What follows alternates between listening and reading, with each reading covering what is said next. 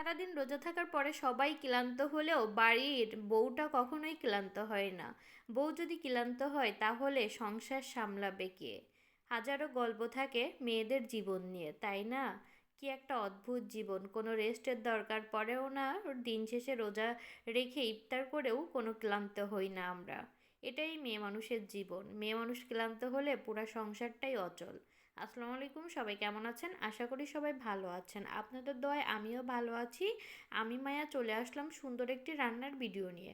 আজকে আমি ছেড়ির জন্য রান্না করতেছিলাম।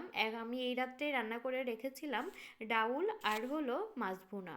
আমি ডাউল সবসময় পাতলা খাওয়ারই বেশি চেষ্টা করি, মাঝে মধ্যে হঠাৎ মাছ দিয়ে বা মাছের মাথা দিয়ে তখন হলো ডাউলটা ঘন্ট করি। তো আজকে আমি মাছ ভুনা করব আর সাথে করব পাতলা ডাউল। তো প্রথমে আমি মাছটা সুন্দর করে ভেজে নিব। এই জন্য আমি মাছটা সুন্দর করে লবণ, হলুদ আর একটু মরিচের গুঁড়া দিয়ে মেখে আমি মাছগুলো একের পর এক সুন্দর করে ভেজে নিলাম। যেহেতু মাছগুলো ভুনা করব আর আমরা মাছ কখনো না ভেজে খাই না, সবসময় ভেজে খাওয়ার চেষ্টা করি, এই জন্য মাছগুলো আমি কড়া করে ভেজে তুলে রাখলাম। বাকি তেলের মধ্যে দিয়ে দিলাম পেঁয়াজ বাটা আর সাথে দিয়েছিলাম কিছু দারচিনি আর এলাচ। এরপরে পেঁয়াজ বাটাটা একটু ভেজে নিয়ে দিয়ে দিলাম জিরা বাটা, রসুন বাটা আর দিয়ে দিলাম আদা বাটা। এগুলো দিয়ে এখন পেঁয়াজ বাটার সাথে এটাও ভালোভাবে ভেজে নিতে হবে তেলের মধ্যে। তো এটা ভালোভাবে ভেজে নিয়ে এখন এর মধ্যে দিয়ে দিব গুঁড়া মশলাগুলো। তো প্রথমেই আমি দিয়ে দিলাম এখানে মরিচের গুঁড়া সামান্য, আর দিয়ে দিলাম হলুদ আর ধনিয়া গুঁড়া। তো মরিচের গুঁড়া এখন কমই খাই, কারণ রোজা থাকার পরে ঝালটা কিসের জন্য যেন খেতে পারি না আমি। সারাদিন পরে যখন খেতে যাই ইফতার করে বা তারাবির নামাজ পড়ে, তখন যদি তরকারিতে ঝাল হয় আমি একদমই খাইতে পারি না। কেন জানি অল্প ঝালেই আমার আজ কয়দিন রোজা থাকার পরে অনেক ঝাল লাগছে, এই জন্য খুব ঝাল কম দিই।